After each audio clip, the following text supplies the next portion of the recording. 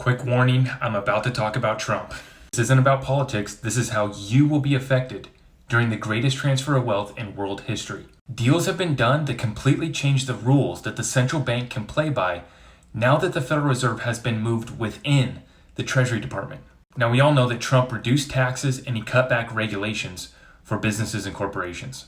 The greatest transfer of wealth in history was already underway, and then the events of 2020 hit. During these unprecedented times, we got to make up the rules as we went, and Trump and the Treasury Secretary, Steve Mnuchin, took full advantage of this. So we went down to nearly 0% interest rates, and the Federal Reserve announced $1 trillion a day in repurchase agreements and unlimited quantitative easing.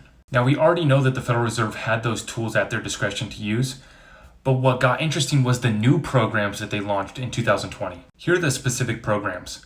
The Commercial Paper Funding Facility, buying commercial paper from the issuer. The Primary Market Corporate Credit Facility, buying corporate bonds from the issuer. The Term Asset-Backed Securities Loan Facility, funding backstop for asset-backed securities. Secondary Market Corporate Credit Facility, buying corporate bonds and bond ETFs in the secondary market. Main Street Business Lending Program. Details are to come, but it will lend to eligible small and medium-sized businesses, complementing efforts by the Small Business Association. So all the PPP loans, all the money that went out, not to mention all of the money that went out to just regular households.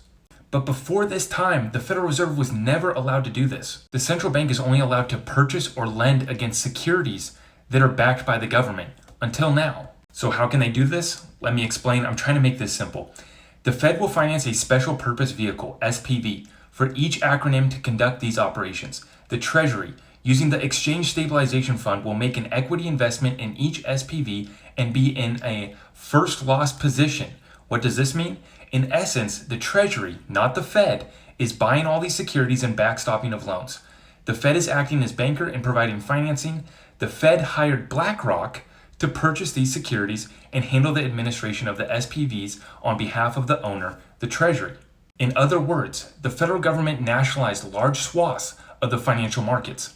The Treasury is directing the Fed to provide the money, and BlackRock is conducting the trades. This scheme essentially merged the Federal Reserve and Treasury Department into one organization that was all under the control of Donald Trump.